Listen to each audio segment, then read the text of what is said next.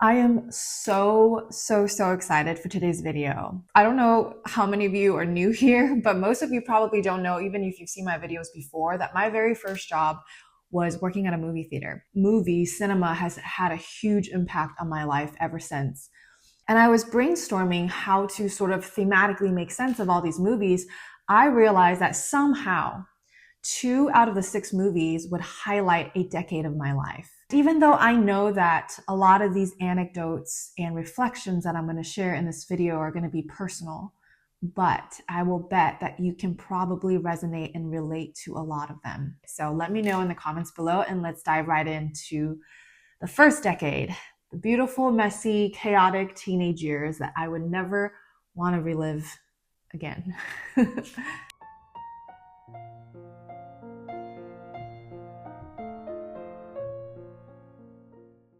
Some or many of you has probably seen the film Eternal Sunshine of the Spotless Mind. The film has a couple who both end up getting a procedure that erases their memories of each other. The part that really always stood out to me was the very end of the film.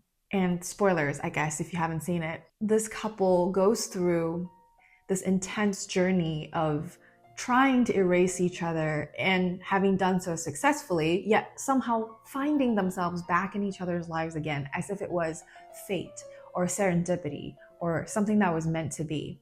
They had no recollection of their past together, yet somehow they were so attracted to each other. And at the end of the movie, they discover the truth. They found the tapes of themselves being recorded, having this memory erasure being done. And there's this beautiful scene at the end where they're confused, upset, hearing each other talk about the other person not in very favorable light, yet having just met for the first time in their now erased memory, wanting to hold on to this thing that is new and feels full of hope and optimism and possibilities. So here's the line that happens. Clementine says, "I'm just a fucked up girl who's looking for my own peace of mind. I'm not perfect. I can't see anything that I don't like about you. But you will. But you will, you know. You will think of things. And I'll get bored with you and feel trapped because that's what happens with me." Okay. And Clementine responds, "Okay."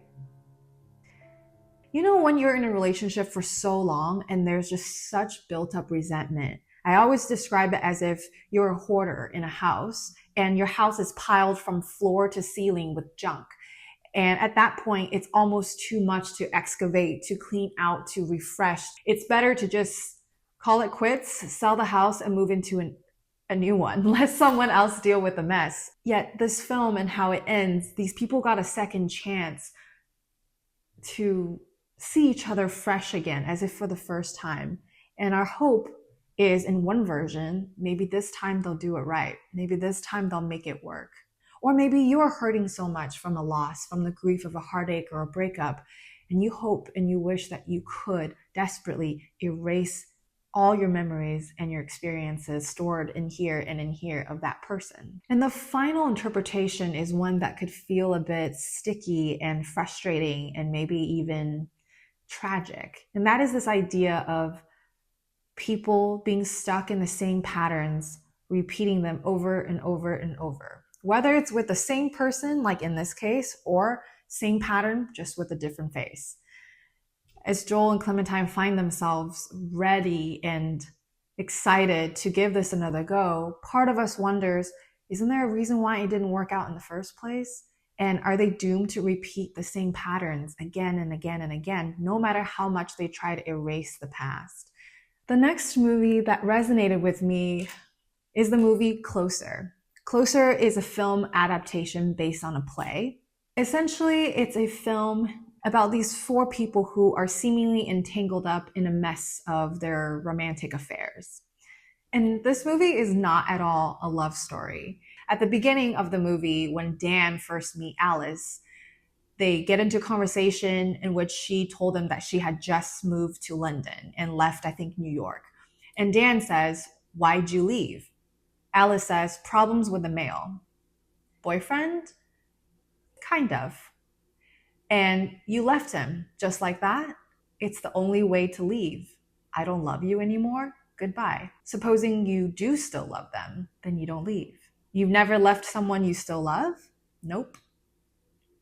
So as Alice finds out the betrayal between Dan and Julia Roberts' character, she continues to blur the line of what is okay and acceptable based on this idea that you don't leave if you still love them. Finally, the person that Dan is having this affair with decides to leave him. And there's a scene near the end of the movie where they're laying down in a bed in a hotel. You could see that there was a moment in which Alice or Jane drew a line and crossed it. And there was no going back for her. Of all the countless times she quote unquote self-sacrificed or allowed Dan to disrespect her or to hurt her, she still held on to him. She still gave him chances. She still loved him. But that moment was the moment in which it was enough. And when she felt that, she knew it was time to go.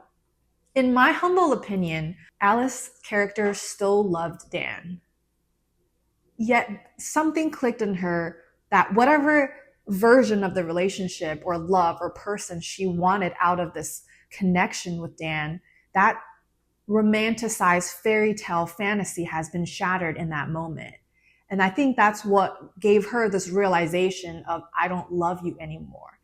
And it's not necessarily that all of a sudden when we lose contact with someone or we break up with someone, we no longer love them or care for them, but rather it's this firm knowing somehow deep within you that this is never going to work. And it lands in you for the first time as the absolute truth and something that you do not have to fight with anymore. Whereas all the other times before, you might have thought that, you might have known that, you might have believed that, there was just still something, an inkling, a willingness. Yet at that distinct moment, all of that just disappeared. And that's when she was, I would say, able to move on from him and from their relationship. When I think about my teenage years and early 20s as well, I mistook intensity for meaning and significance. I didn't understand yet that wanting to stay didn't mean you should. And that sometimes leaving, even though it's the hardest thing to do, is the most loving thing you can do. For me, and maybe others of you out there, being a teenager felt like living in a dream where nothing was quite real, but everything hurt anyway. And it was dramatic, and it was intense, and it was tumultuous, hoping to just find a place that someday I can call home. Next up, the roaring 20s, except not really.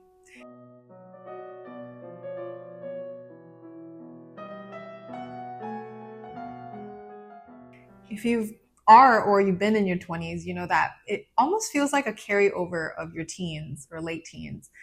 And in a way, so much can change in your 20s and also feels like not much at all. At least that was my experience of it.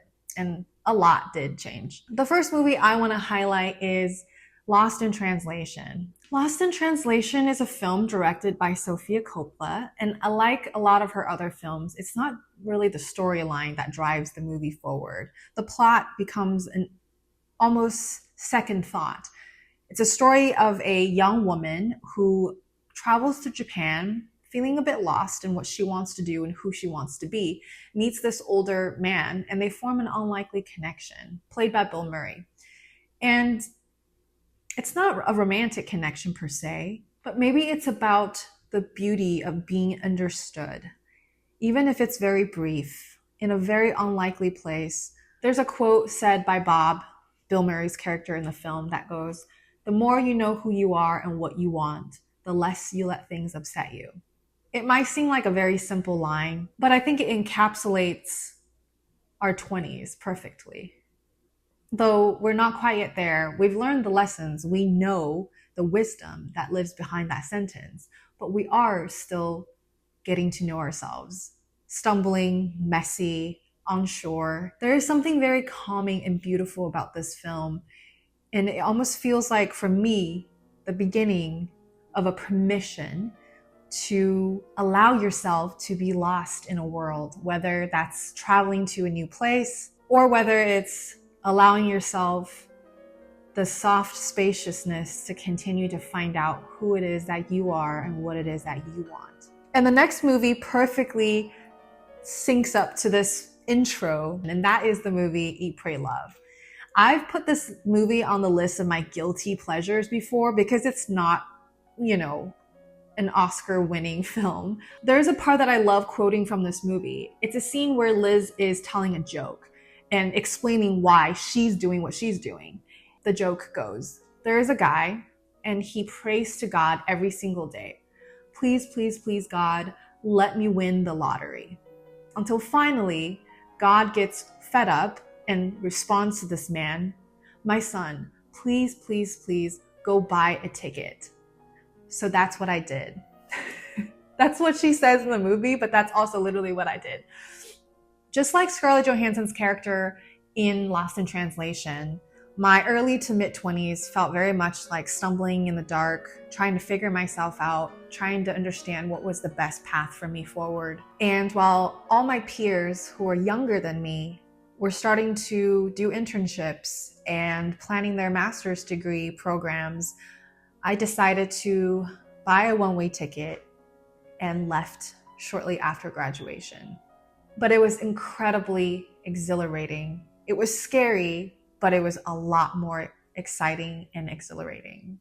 I wandered through countries, first by myself, then I did eventually meet someone, and traveled to so many different places, lived there, worked there, continued to learn on my own, and finally felt like I was able to build something of my own, finally having those experiences necessary to show myself that I was capable of creating and building something of my own. So there was still a lot of discomfort and a lot of questions, but something internally did shift. And so the second half of my 20s wasn't about arriving at destinations, but it was finally realizing that I could steer the wheel. Maybe not always gracefully, definitely not always gracefully, but I realized that I could always begin again. If this or any of my previous video has ever resonated with you, if it's been served as a mirror, a guide, a reflection, anything of that sort, I would love for you to come join me at diajin.com. It's a space where I don't have to cater to algorithms, where I feel like I can slow down and flush out all the things I want to share and reflect and talk about with you. There'll be voice notes, lengthier reflections, personal writings. So I would love to have you there if you are someone that wants to dive deeper, that wants to have a more direct connection, wants to find thoughtful journal reflections and maybe jump on a live call once in a while. Please do visit diajin.com and find more details. I'll also link it down below as well for you to take a look. And we have arrived to the beautiful third decade.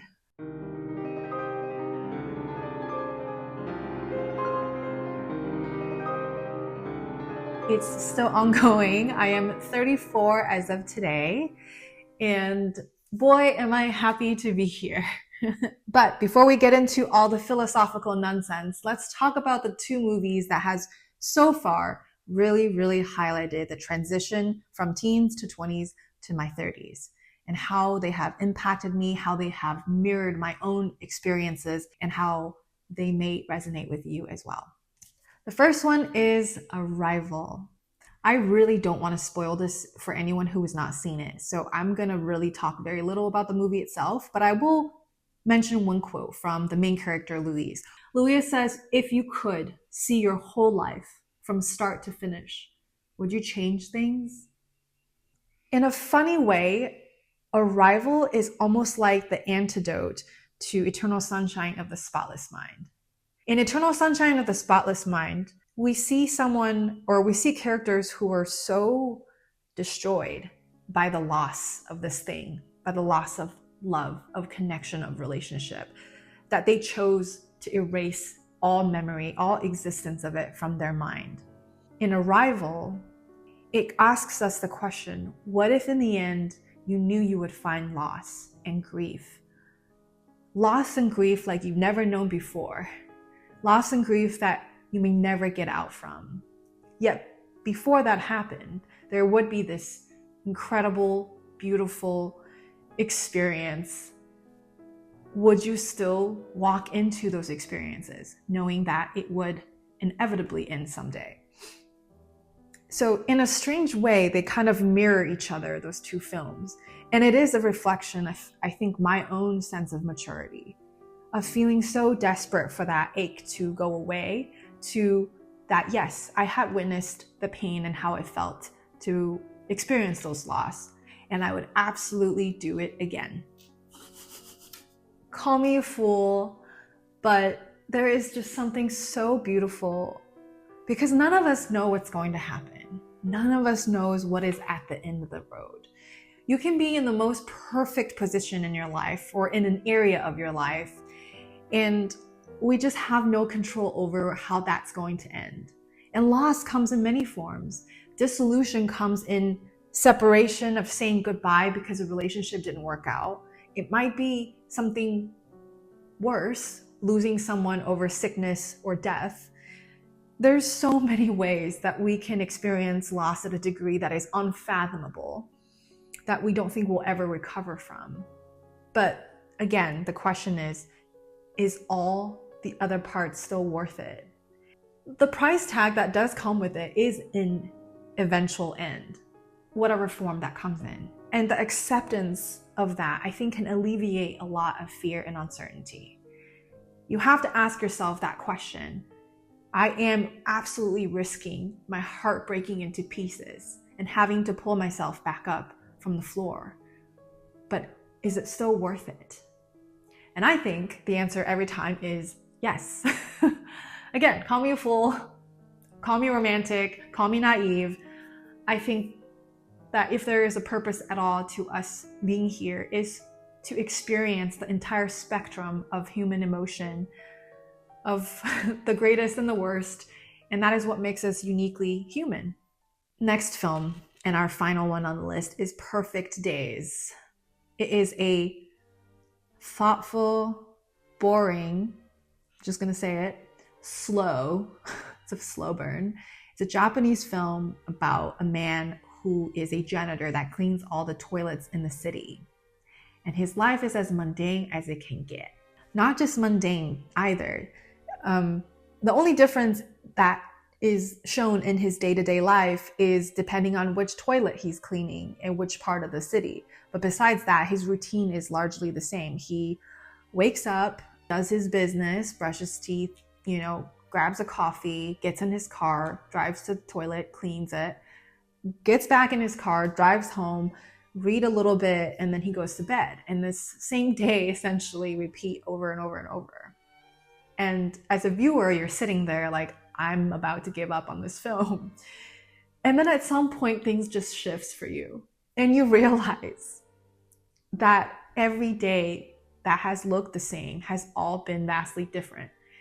And it's different because he saw them differently. Every day doing the same old shit, yet he found moments to observe how the tree was different during lunch today and how the person using the bathroom, so he has to wait. He's noticing all these little quiet moments in his day that is otherwise completely repetitive.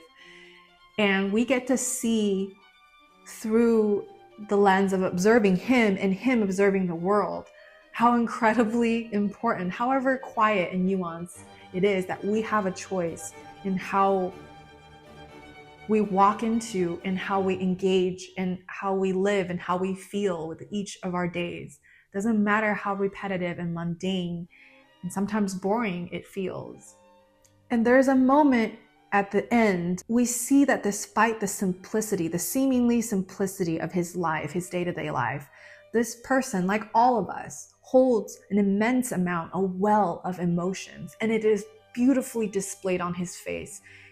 It's sadness, it's joy, it's nostalgia, it's contemplation, melancholy, and optimism and hope and possibility, all of it written on his face. And we're just staring at his face as he's driving into work for another day, cleaning the toilets.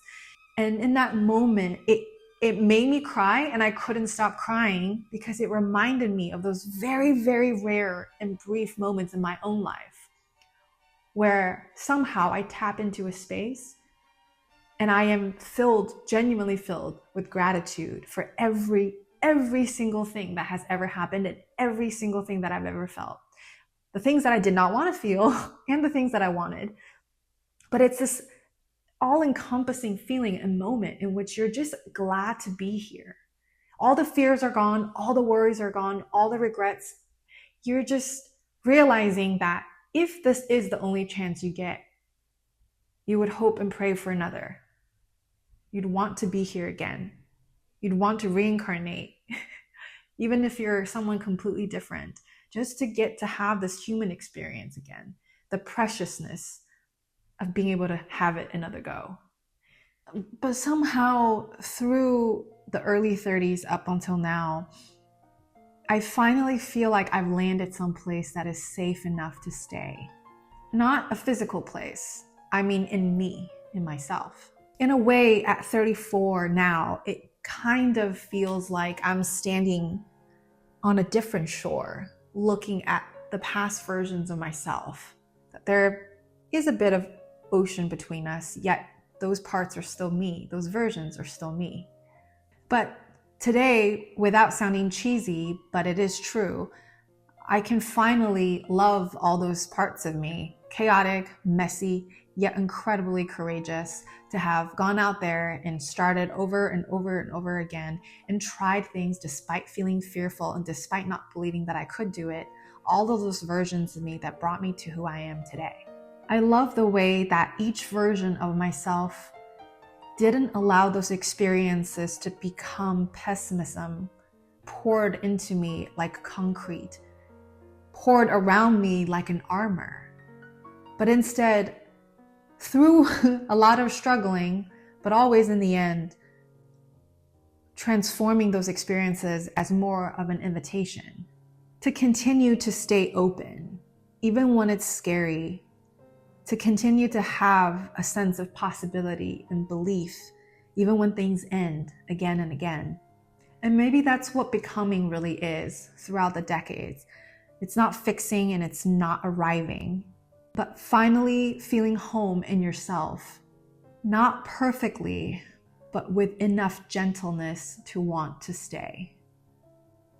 Thank you so much for being here today. I wanted this video to go on forever and ever and ever. This might be my longest video yet, but if you still crave more, because I do, and I always want to dive deeper, but I save those thoughts to myself because it might be too much for the algorithm or whatever, please do go check out diajin.com, link down below. I would love to see you there. And if you like this video or if anything resonated, please let me know in the comments down below. Until next time.